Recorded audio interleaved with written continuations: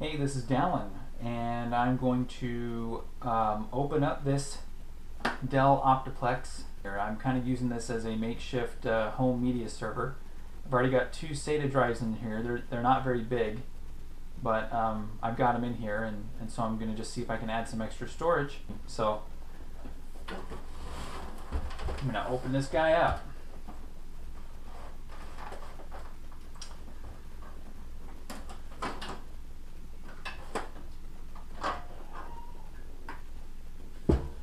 Alright, so it's probably kind of hard to see, but this is where the optical drives go. Right here are the two hard drives that are in here already. This one is the drive that the operating system is installed on. I think it's 80 gigs, I want to say. And I think this one is 160 gigs or something like that. They're not very big, but they're what I had at the time, and I stuck them in there and they worked fine. I've got a nice audio card in here that I'm not really even using. Here is a video card, ATI, or I guess it's AMD now, Radeon HD 4550. Yeah, nothing fancy, but it does have HDMI out, and you can watch HD videos on it if you want. So that's kind of nice. So what I'm trying to see here is if there's a way that I can fit another hard drive in here, see where I can possibly mount it, or just kind of see what connections I have in here. So the power supply, let me see here. It looks like it's got an extra, you can see that right here. It's got an extra power adapter for those IDE optical drives and hard drives. And that's obviously, that's different from the SATA connectors. This is what the SATA connectors look like. And this is what a SATA power connector looks like. And that one's going to my optical drive. So if I wanted to put an IDE hard drive in there, I'd have to use this adapter. So let's see if I can have a little more room. Now I just need to figure out if I can mount it here. You know, I'd most likely have to mount it right here where I've actually mounted the the card reader. I just pulled a card reader off of another computer. You can see it's missing the faceplate because the faceplate that was on the computer, it was custom for that computer and it wouldn't fit here. But it's nice because I've had a card reader, so I take pictures or whatever, I can just put the card right there. I don't use it that often though, so what I may end up doing is mounting a hard drive, see if I can mount a hard drive here. So the power connector is taken care of. I can probably make that work. Now the question is the data connector. So this motherboard, you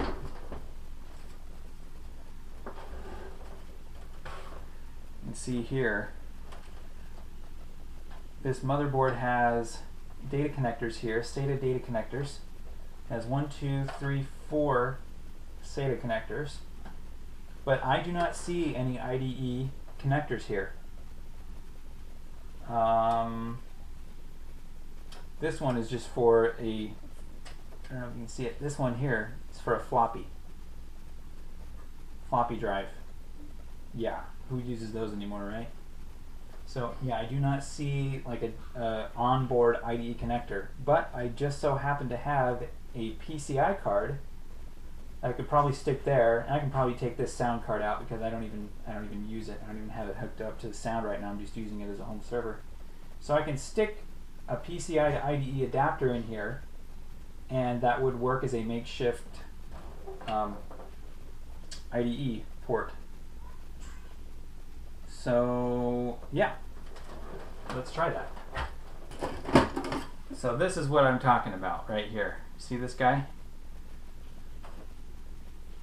So this is a PCI card that has two IDE ports on it. pretty comes in pretty handy. So I think that's what I'll do. I'm going to take this sound card out. So that's the sound card that was in there. Pretty nice, but there's no reason for it to be on this machine right now because I'm not using it for that purpose. So I'm going to put this in its place. I have a bunch of extra plates here that I'm going to use one of them to cover up that extra open slot there. Doesn't affect the functionality of the computer, it's a cosmetic thing, but why not? Check it out. Alright, let's see what else we got.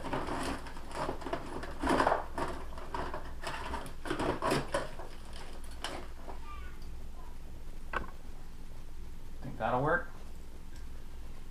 So this will go.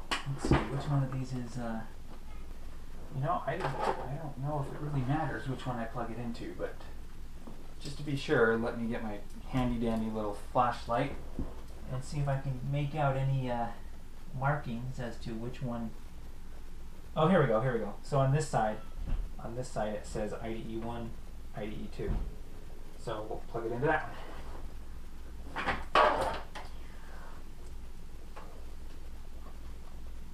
Alright, so now we've got a data cable and power. I think that'll work. So now I just got to decide, do I want, well, it may turn out I may not even be able to mount it in this bay, but we'll give it a shot. So let me remove this faceplate here.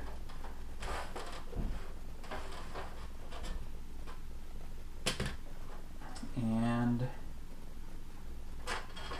this should just slide right out. After I unplug it, of course. So that was the card reader that I pulled from another machine. Now I need one of my hard drives here. So I got 4 of these, also from work. They were in an old network attached storage device that was not being used anymore, that was going to be donated. Like, well, got some perfectly good hard drives in there. Yeah, they're slower than SATA, but they can still hold data, right? And if you don't need any ridiculously high transfer rates, then they can be used for storage, for extra storage. So this should fit right in here, and I think it will. Let's see, what do we got here? Let me get these out of the way. Just make sure it'll fit, and it'll mount in there nicely. And I think it will. So what I've done was, so the way that this works on these Dell computers is you have these screws that you mount on whatever it is that you're going to put in that bay, but the screws don't screw in all the way, and they kind of just fit into these grooves along here and snap into place. So they're real easy to remove, to install and remove that way. So that's what I'm going to do with this hard drive. So now I get my handy dandy collection of computer screws. Don't leave home without it.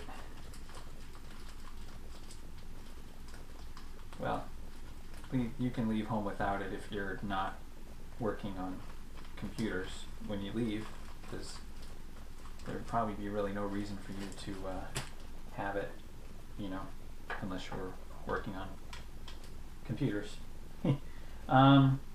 Okay, so here we go.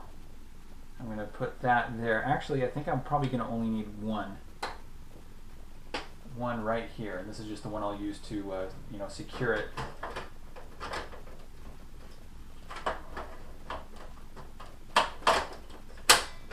Alright, so there it is. And now I'm going to tighten this one, and that'll do it. So it's secure It is snug in there. So now I'm going to connect this power cable here and this data connector here. Oh, yes. I should check the jumper settings. These old IDE hard drives. You remember those? You old folks remember those IDE settings? Jumper settings? Hated those. Alright, so here's, most hard drives actually have the jumper settings guide on the hard drive so you know what they are. Let's see, so this is slave, master with slave, single or master. So basically no jumper is the default master setting, or you can do the cable select setting. We'll try cable select, and I think that's what it is. Yeah, so it's already set to cable select according to this guide here, so we're good. Alright, so we'll put these back in here. Tighten her back up here.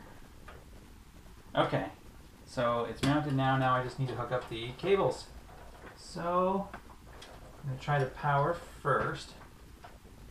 Please tell me it'll reach. This could be tricky. Oh man, it's not going to reach. Yeah, it will. Yes, it will. Oh, it's like just barely. You know, I may. If I move this drive down a slot, it'll reach. So that's what I'll do.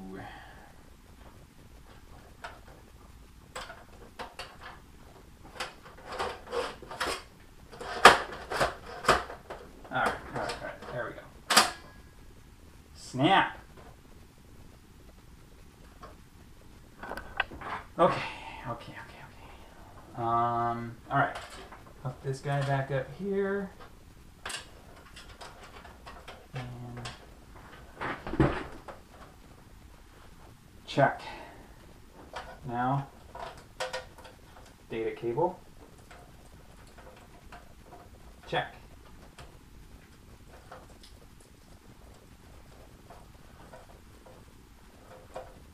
Alright.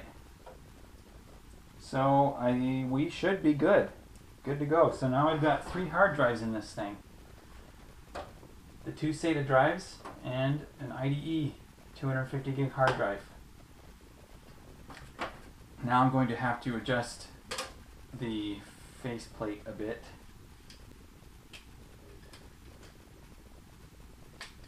Yeah. Just got to be smarter than the faceplate.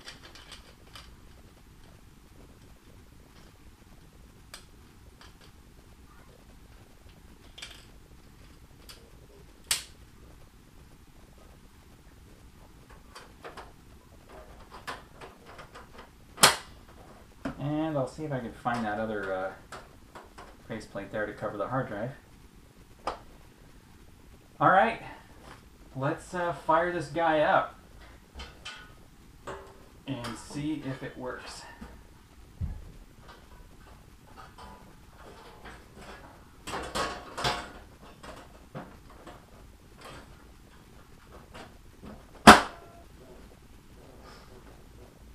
So far the computer hasn't exploded. That's a good sign.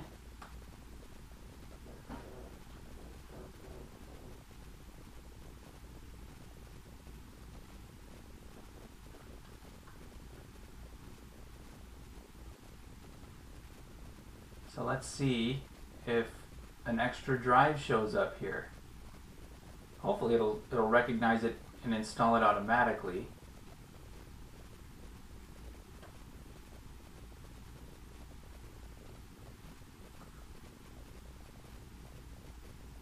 You know, it's doing something. Yeah, something down here. Installing drive. Here we go. Found new hardware. Alright, so yeah, it's not showing up right away. This is the other SATA drive that I already have installed.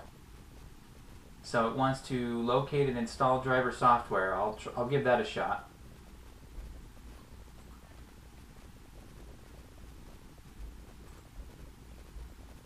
Alright, so it says it's installing something. Oh, here we go. So it's installing the mouse that I use, but here we go. Mass storage controller. It's looking for a driver on Windows Update.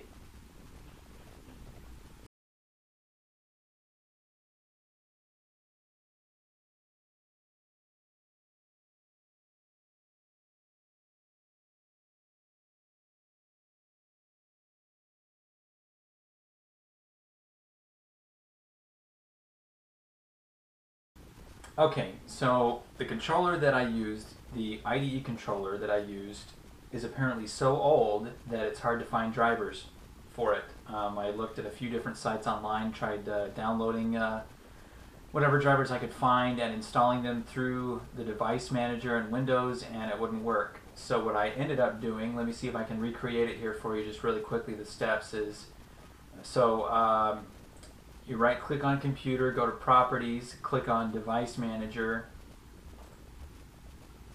You go down to the you go down to the controller, right? So here it was flagged yellow because the driver wasn't installed and the device wasn't working. You right click on it, you click update driver software. And so I had downloaded some drivers from a website, so instead of searching automatically for updated driver software, I clicked on Browse My Computer for driver software. I tried pointing it to that folder, but it wouldn't install the drivers from that folder. So there's another option here that says, let me pick from a list of device drivers on my computer. So I clicked on that, and then it came up with, this is a different screen because I've already selected the driver, but basically I selected a generic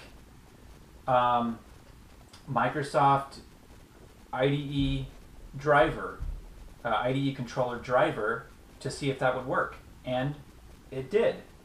I installed that, I rebooted my computer, and then the next thing I did was I went to, I'll show you, I went to Control Panel, Administrative Tools, and then there's a selection here that says Computer Management.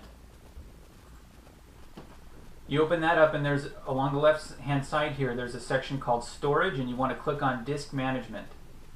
So after I installed that generic driver, it showed the disk there, but the disk had not been formatted or assigned a drive. So it's real easy to do from the disk manager here. You can just right click on the drive that you want to format, to assign a drive letter and whatnot, and you can select all those options from within there. So I formatted it, assigned it drive letter F, and voila, it's right here. So now I have 232 extra gigs of storage on this machine that I can use for videos or music or files or whatever. And so the operating system that I'm using on this is Windows Vista 64-bit. The reason being is because it's what I had available, and I'm only using it as a file/media server, so it doesn't need to have the latest and greatest operating system anyway. But another reason was I wanted it to be 64-bit because I have, I don't know if you can see in the video here, but I have 8 gigs of RAM in this guy. It only has a 1.86 gigahertz Intel Core 2 Duo processor in it, but that's really all I need if I'm only using it as a media/file server. So it's a good workhorse of a machine, and now I just essentially more than doubled the storage in it. Well, doubled it. I guess it had, let's see, 75 gigs plus 150 gigs. So yeah, so now I added another 232 gigs. So there you go. Just another case of Dallin tinkering with the stuff that he has on hand and making it work.